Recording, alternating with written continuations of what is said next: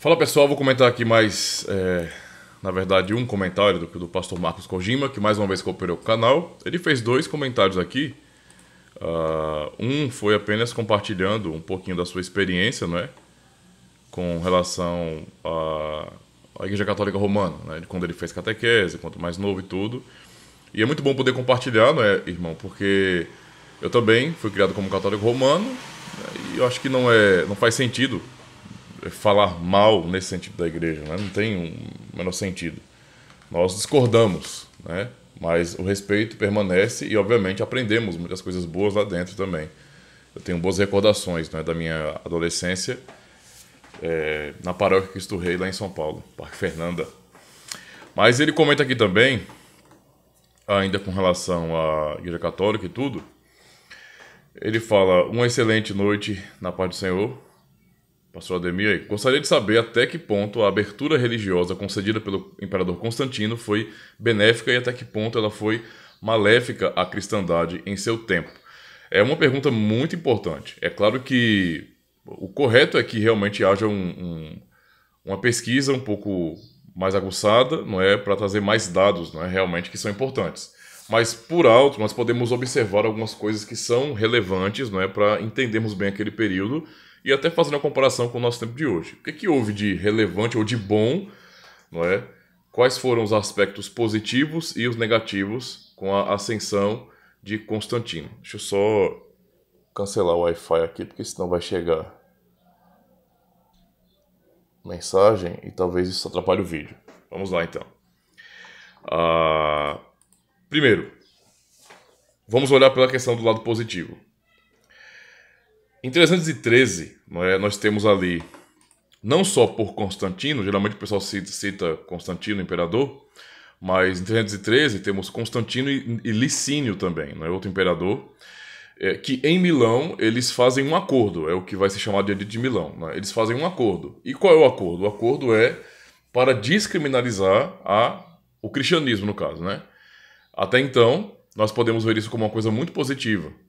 Eu sei que facilmente alguém pode, talvez por um conhecimento muito pouco da história, muito baixo da história, pode pensar bem assim: não, porque Constantino acabou deturpando a igreja. Alguns vão dizer que Constantino fundou a Igreja Católica Romana, né? Alguns vão chegar com essas loucuras aí, né? Eu prefiro não pensar desse jeito, né? A igreja, ela tem uma raiz de fidelidade, não é? Eu digo a Igreja Católica Romana, mas a Igreja Católica nesse sentido, e depois ela vai ganhando aspectos, ela vai adquirindo aspectos um pouco diferenciados por influências várias ali daquele período. Mas, inicialmente, a atitude de Licínio e de Constantino, não é, naquele edito de Milão para descriminalizar o cristianismo foi uma coisa muito boa. Porque para pensar, pô, desde os anos 60, mais ou menos, depois de Cristo, que a perseguição do império contra os cristãos estava crescendo.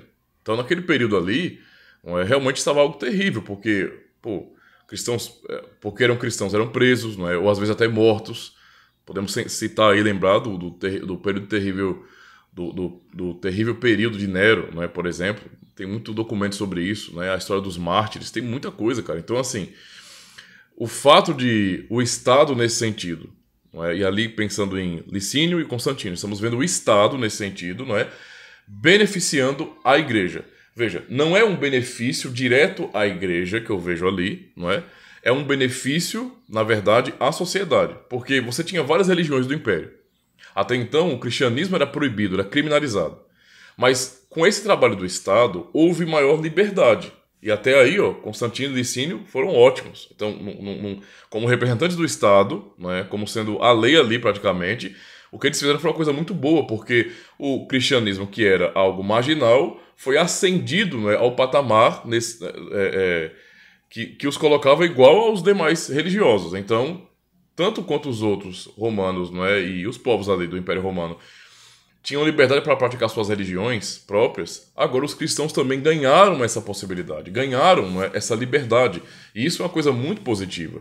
Até hoje, pensando no nosso contexto, não é, realmente, para nós, como cristãos, pelo menos eu penso assim, né? Não é o desejo nosso de ter um Estado cristão. Não é? Esse negócio de país cristão não existe, cara. Não existe. Tem que saber diferenciar as coisas. Porque se você vai colocar uma religião oficial do Estado, uma religião oficial do Estado, isso vai trazer prejuízo a outras pessoas, vai acabar interferindo na liberdade dos outros, entendeu?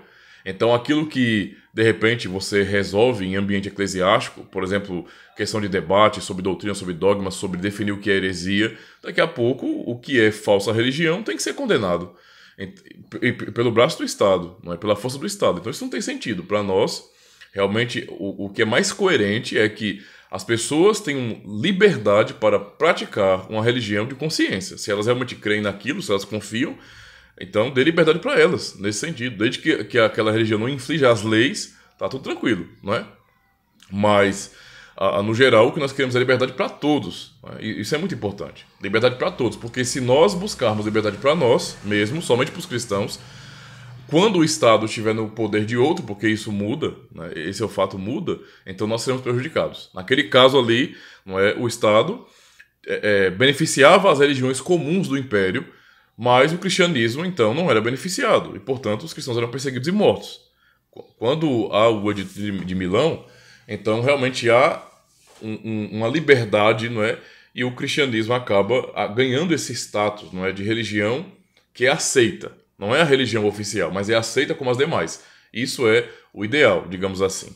Porém, o problema é que isso não durou por muito tempo. Não é? Se vamos olhar, por exemplo, no ano de 395, o cristianismo agora, ele ascende. Ele não só tem liberdade, digamos assim, os cristãos não apenas têm liberdade, mas eles agora têm status, eles têm prestígio na sociedade, eles estão ganhando cargos, não é, a respeito das pessoas, estão influenciando também. Então, basicamente, os princípios, não é, do Império, que não eram cristãos, começaram a ser cristãos, não é? Ou seja, pegando princípios de como os cristãos entendiam, a moral e tudo. E você percebe que há uma transformação social grande. O resultado é que o cristianismo, a partir do ano de 395, né, confusão, 395 depois de Cristo, o cristianismo é ascendido como religião oficial, né, e agora a única permitida de verdade. Significa dizer que, necessariamente, os demais religiosos ou as demais religiões perderiam, não é, o seu status, perderiam a sua liberdade. Então, veja, voltou a estaca zero. Porque o ponto aqui não é beneficiar nós cristãos. Não é? Esse pensamento é muito comum no meio da cristandade, né? Principalmente quando se pensa em política, por exemplo. Veja como é que a questão aqui é. Hoje, por exemplo, vereadores cristãos, prefeitos, então, as pessoas que realmente se dizem cristãs estão na política. Não é? O que nós vemos de mau exemplo delas, muitas vezes, é o seguinte: é que os caras colocam um vereador, um exemplo, não é? Vou puxar para o nosso lado, bater no nosso lado mesmo, evangélico, não é? Pega um vereador evangélico, e o vereador evangélico é eleito por essa massa evangélica, não é? E o que ele faz? Ele trabalha na Câmara dos Vereadores, não é? Em prol dos evangélicos. Olha, isso para mim é uma palhaçada, me perdoa a expressão, palhaçada. Eu não quero um cristão, não é, por exemplo, que esteja fazendo coisas para cristãos apenas lá, porque esse pensamento é um pensamento de gueto. Eu quero que um cristão, alguém com princípios, com ética, com moral bíblica cristã, não é, chegue lá nesse poder, não é, dado pelo povo, não é, e então faça o que é certo. Ele não fique militando por um gueto, não é por um grupinho específico, mas por toda a população. Entende a situação? Para que todos sejam beneficiados com liberdade, proteção, etc.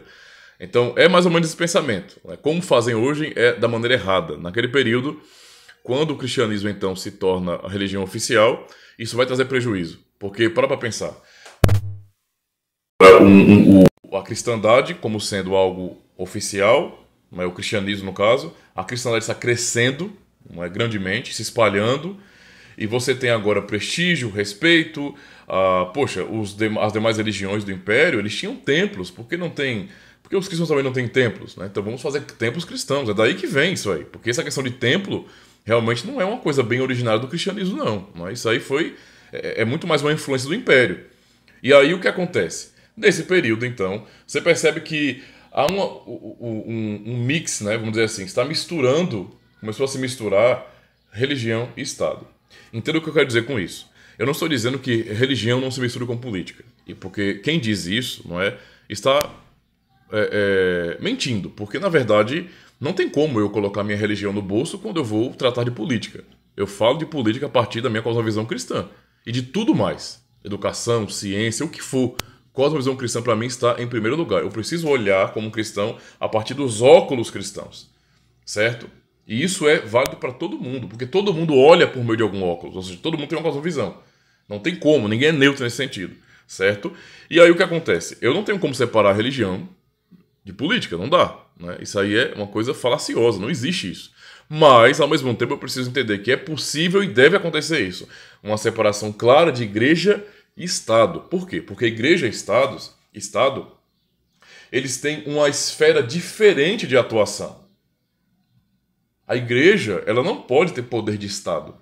A igreja, não é, em termos de massa da cristandade, os cristãos reunidos, o que os cristãos devem fazer, a igreja nesse sentido, não é, se manifestando publicamente, ela deve causar influência na sociedade. Ela não pode determinar as coisas na sociedade.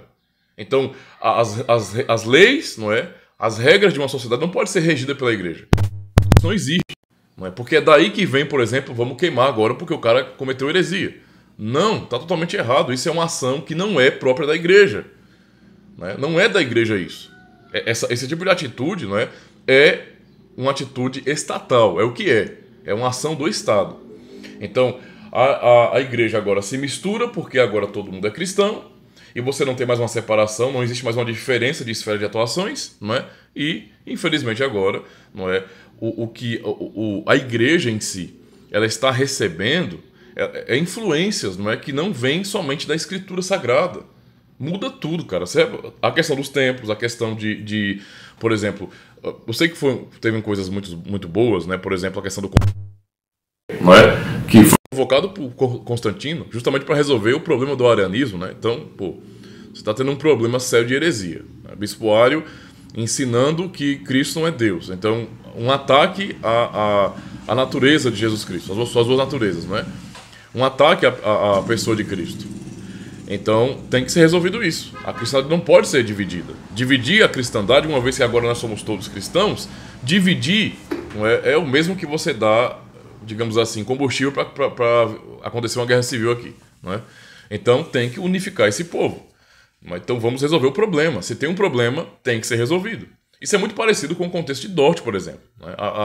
A controvérsia entre arminianismo e calvinismo. Então, o problema deveria ser resolvido num sínodo, num concílio. A mesma coisa aconteceu lá no quarto século. Então, o concílio foi convocado por Constantino. Isso foi uma coisa muito positiva, tá bom? Mas até então, percebe-se ali que a cristandade e a igreja, nesse sentido, não é, já estavam muito influenciadas pelo Estado. Coisas que não nasciam somente da escritura, dogmas, pensamentos, filosofias, tudo isso era trazido e era aceito. Isso começou a tirar, não é, aquela simplicidade da igreja. Entende a situação? Não foi uma coisa do dia para a noite, mas de maneira gradativa. Todo esse tipo de influência e confusão, não é, da própria identidade da igreja nesse mundo começou a trazer realmente problemas. Então, você vê que os concílios muitas vezes defenderam a doutrina verdadeira, mas muitas vezes acrescentaram coisas que não são apostólicas, por exemplo. Dogmas que não são apostólicos, que não vêm, que não nascem da doutrina apostólica. Não é? E isso acabou, de maneira gradativa, desviando a igreja. Então a igreja se tornou um império. A realidade é essa. Mas que o Império Romano tenha caído depois de um tempo, ainda assim ele permaneceu vivo dentro da Igreja Católica Romana. O pessoal pode querer negar até o fim, mas essa é a realidade. Essa imagem que nós vemos hoje, não é, de templo gigantesco, tudo isso aí, não é, não só dos templos em si, mas toda a roupagem, tudo aquilo que é demonstrado, isso aí tem uma cara, digamos assim, de Império Romano. Existe a igreja começou com quem? Não é? Se você ficar analisando bem, não. Mas a igreja começou entre os judeus. Não é? Inclusive era entendido no início como sendo uma seita judaica. Então, os do caminho. Então, percebe-se que houve mudança. Algumas nós realmente temos que relevar, porque faz parte, não é? Infelizmente, a gente tem que entender o seguinte, que o cristianismo foi se ocidentalizando cada vez mais, saindo desse ambiente de Oriente Médio e tudo, e isso, obviamente, vai ter mudanças culturais também. Mas aí foram mudanças demais. Então, sim, não é? Teve muito benefício, trabalho de Constantino, não é? E outros também, mas esse tipo de abertura trouxe confusão. E uma vez que houve confusão ali sobre o papel da igreja, sobre a identidade da igreja, a igreja se misturou demais com o Estado. Não é? Por isso que aconteceu a grande reforma protestante. Alguns querem tratar, infelizmente, como a reforma é só um ato de revolucionários. E não é, cara. Não é? Eu, como cristão reformado, não posso enxergar de forma nenhuma a reforma como uma revolução.